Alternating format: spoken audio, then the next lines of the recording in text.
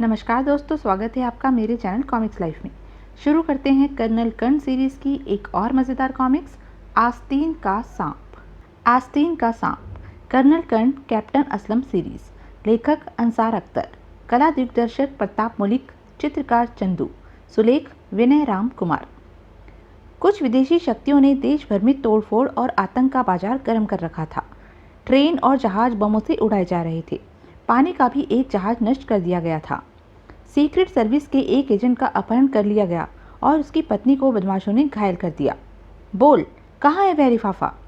Secret service के chief general Yadav ने इन दुश्मनों की खोज का काम कर्नल कर्ण को सौंपा था। कर्ण ने एक मुख्य बदमाश की पत्नी को गिरफ्तार कर लिया था। सर, मुझे पता चला है कि वह लड़की जिम्मी की पत्नी रीटा है। कर्ण अस्पताल में अपने सहयोगी विनोद की पत्नी उषा से मिलने गया तो वहाँ जिम्मी और गोगा भी पहुँच गए। तुम लोग यहाँ कैसे आ गए? हम तुम्हें बताने आए हैं कि तुम हमारा मुकाबला नहीं कर सकते कर्नल कर्ण, और मैं अपनी पत्नी को भी लेने आया हूँ। फिर गोगा ने अपनी शक्ति प्रदर्शन के रूप में उषा का सिर पंजे में दबाकर अखरोट की तरह तोड़ डाला। आह, हा हा हा हा। कर्ण ने उसे रोकना चाहा तो गोगा ने उसे भी घायल कर दिया। उसके बाद बदमाश रीटा को लेकर भाग गए और जनरल यादव द्वारा कर्ण की निगरानी पर लगाए गए एक एजेंट अशोक ने आकर कर्ण को संभाला। जिंदा है। यहाँ तक की कहानी आप 2 यमदूत में देख चुके हैं। अब आगे। सीक्रेट सर्विस के हेडक्वार्टर में कर्नल कर्ण और जनरल यादव आमने सामने बैठे थे। दोनों के चेहरे गंभीर थे। जनरल कह रहे थे, यह सचमुच बहुत शक्तिशाली संगठन है कर्नल। हमारे ही नर्सिंग होम में आकर उन्होंने खून खराबा किया, उषा को मार डाला, तुम्हें घायल किया और अपनी साथी को छुड़ाकर ले गए। मेरी समझ में नहीं आता कि आखिर वह लोग चाहते क्या हैं। उनका वह रहस्यमय चीफ कौन है और उसे हमारी सारी गतिविधियों का पता कैसे चल जाता है? इतना कहकर जनरल यादव सिर पकड़कर बैठ गए। कर्ण ने कहा, सर, इसमें कोई संदेह नहीं कि इस बार हमारा मुकाबला बहुत ही चालाक शत्रु से है, लेकिन मैं निराश नहीं हूँ। गोगा ने मुझे घायल करके एक चुनौती दी है जिसे मैंने स्वीकार कर लिया है। मैं आपको विश्वास दिलाता हूँ कि अब अधिक समय तक वह अपनी मनमानी नहीं कर सकेंगे। मुझे तुम पर भरोसा है कर्नल, मगर मैं उस गद्दार की ओर से परेशान हूँ जो हमारे बीच पैदा हो गया है। यह सचमुच चिंता की बात है सर। पता नहीं कौन है वह जो उनके लिए मुखबरी कर रहा है। मैं उसे ढूंढने की कोशिश कर रहा हूँ। मैंने सारे मेंबर्स के रिकॉर्ड निकलवाए हैं। अब तुम जाकर आराम करो कर्नल। मैं जा रहा हूँ सर। क्या कैप्टन असलम की ओर से कोई संदेश नहीं मिला? मैंने उसे जिम्मी के पीछे लगा रखा है। नहीं, अभी तक उसका कोई संदेश नहीं मिला है। पता नहीं वह कहाँ चला गया है। असलम की चिंता न कीजिए सर, उसे मैंने जो काम सौंपा है वह उसे पूरा करके ही आएगा। अब मैं चलता हूँ सर। कर्ण जाने के लिए उठ खड़ा हुआ तो जनरल बोले, अपना ख्याल रखना कर्नल। अगर तुम्हें कुछ हो गया तो फिर सीक्रेट सर्विस को कोई नहीं बचा सकेगा। Okay sir. कर्ण हेडक्वार्टर से सीधा अपने फ्लैट पर आया। दरवाज़ा खोलते ही उसकी नज़र एक लिफाफे पर पड़ी जिसे कोई वहाँ डाल गया था। उसने लिफाफा उठाया। यह लिफाफा कौन डाल गया है? वहीं खड़े खड़े उसने लिफाफा खोलकर पत्र निकाला। पत्र में लिखा था, कर्नल कर्ण, अब तो तुम्हें हमारी शक्ति का अंदाजा हो गया होगा।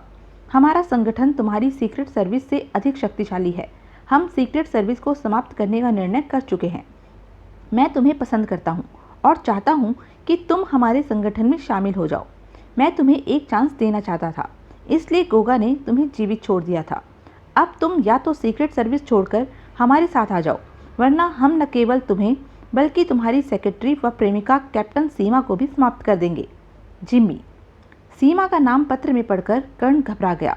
वह जान गया था कि शत्रु के हाथ बहुत लंबे हैं, इसलिए वह तुरंत फ़ोन पर जनरल यादव का नंबर मिलाने लगा।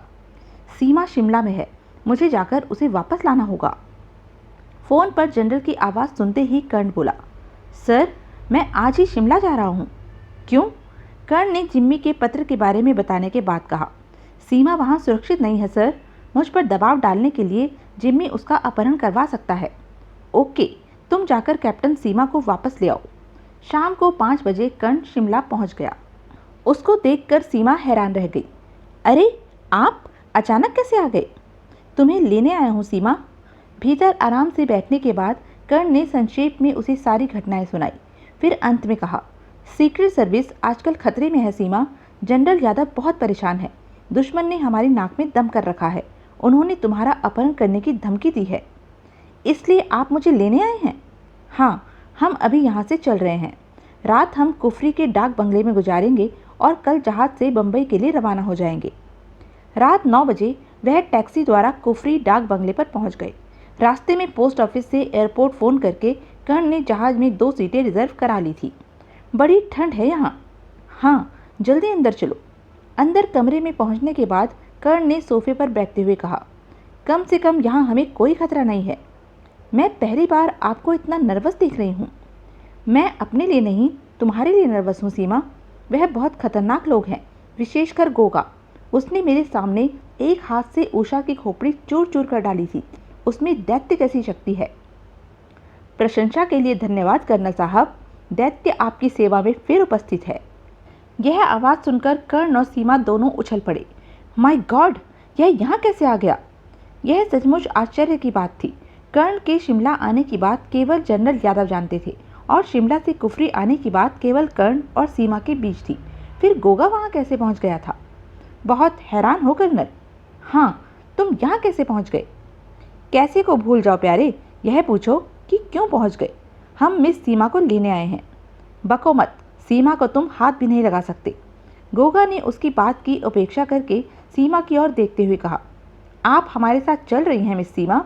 मैं जानता हूँ कि आप मार्शल आर्ट जानती हैं, लेकिन कोई गड़बड़ न कीजिए, वरना मैं। गोगा, तुम सीमा को कहीं नहीं ले जा सकते, कर्ण चिल्लाया। गोगा ने पागलों की तरह एक ठहाका लगाया। हा हा हा हा, मुझे भला कौन रोकेगा कर्नल? तुम जानते तो हो कि मैं केवल खाली हाथ से तुम्हारी खोपड़ी नारियल की तरह तोड़ सकता हूँ। कोशिश करके देखो गोगा, मेरी खोपड़ी इतनी कमज़ोर नहीं है। तुम्हें अपनी ताकत पर बहुत घमंड है ना? आओ, यह पिस्तौल रखकर मेरा मुकाबला करो। उस दिन तुमने मुझे धोखे से मार लिया था, लेकिन आज मैं इस समय लड़ने के मूड में नहीं हूँ कर्नल। मुझे आदेश है कि मैं केवल मिस सीमा को ले आऊँ। चलिए मिस सीमा। सीमा ने कर्ण की ओर देखकर आंख से कुछ इशारा किया और गोगा की ओर बढ़ी, लेकिन गोगा के निकट पहुंचकर वह लड़खड़ाई और गिरने का बहाना करते हुए उसने अपना हाथ गोगा के पिस्तौल वाले हाथ पर मारा। गोगा की नज़रें एक क्षण के लिए कर्ण पर से हटी थी। उसी क्षण कर्ण उछला और उसकी फ्लाइंग किक गोगा की छाती पर पड़ी। आह! किक बहुत शक्तिशाली थी। गोगा दीवार से टकराकर नीचे गिरा। कर्ण ने उसे संभलने का मौका दिए बिना बूट की ठोकर उसकी कनपट्टी पर मारी। आह! उधर दूसरे गुंडे ने झुककर पिस्तौल उठाया और कर्ण पर फायर किया, मगर सीमा ने उसके हाथ पर हाथ मारा, जिससे निशाना चूक गया। धाएं! सिर पर चोट लगने से गोगा बेहोश हो चुका था। कर्ण ने फुर्ती से अपना पिस्तौल निकालकर गुंडे पर फायर कर दिया। धाएं! आह!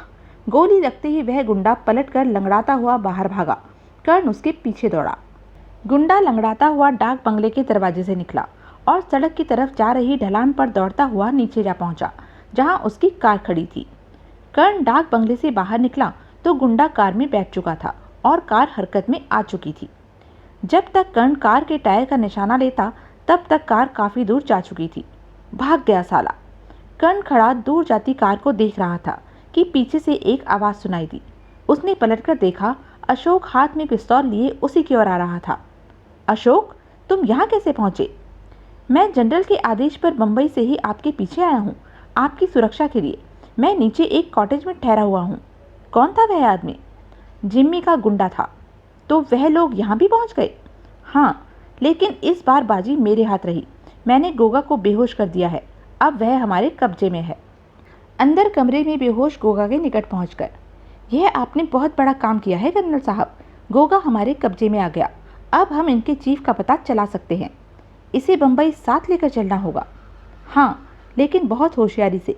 अगर इसे होश आ गया तो इस पर काबू पाना मुश्किल होगा। उसकी तरकीब मैं बताता हूँ।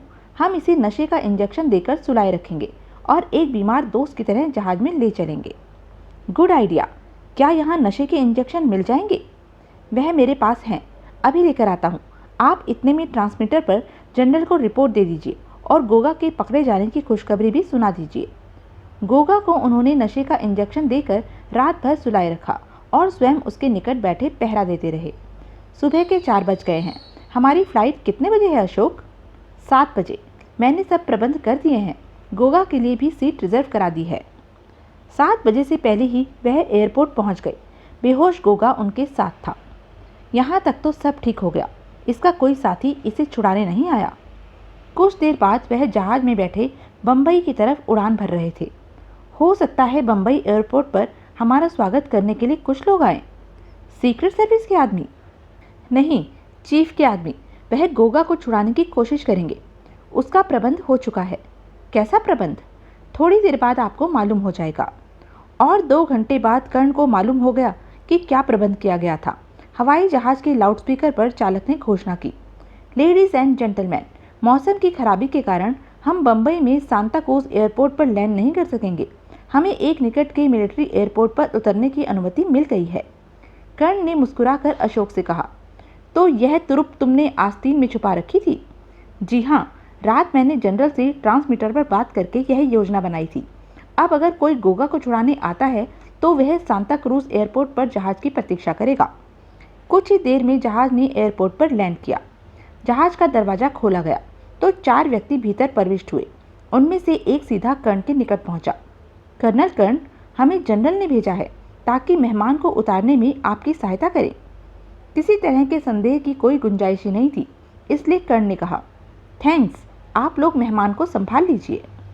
गोगा को स्ट्रेचर पर लिटाकर जहाज से बाहर लाया गया। कुछ दूरी पर एक गुलाबी वैन खड़ी थी। गोगा का स्ट्रेचर वैन के पिछले भाग में रख दिया गया। 3 आदमी उसके साथ बैठ गए। चौथे आदमी ने ड्राइवर की सीट पर बैठकर गाड़ी स्टार्ट कर दी। कर्ण वगैरह ड्राइवर के साथ सीट पर बैठ गए। कुछ देर बाद वैन एयरपोर्ट से निकलकर सड़क पर दौड़ रही थी। वैन के अंदर अचानक एक खटका सा हुआ और चालक की सीट वाले हिस्से के सारे शीशे स्वयं बंद हो गए। अरे, यह क्या हुआ? अगले ही पल कर्ण को अपने नथुनों में गैस की गंध घुसती महसूस हुई। कि गैस? वाक्य पूरा करने से पूर्व ही वह बेहोश होकर सीमा पर गिर गया। अशोक और सीमा भी बेहोश हो चुके थे। ड्राइवर इस गैस के प्रभाव से बचा रहा क्योंकि उसने गैस से बचने के लिए अपनी नाक के नथुनों में फिल्टर फिट किए हुए थे।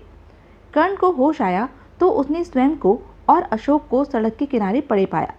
कुछ लोग उन्हें घेरे हुए खड़े थे। एक पुलिस कांस्टेबल भी था। वह जल्दी से उठकर बैठ गया और घबराए हुए स्वर में बोला, हम कहाँ हैं? यह कौन सी जगह है? तो यह थी अब तक की कहानी। आगे की कहानी जानने के लिए बने रहें मेरे साथ। और हाँ, मेरे चैनल को लाइक, शेयर और सब्सक्राइब करना ना भूलें। धन्यवाद।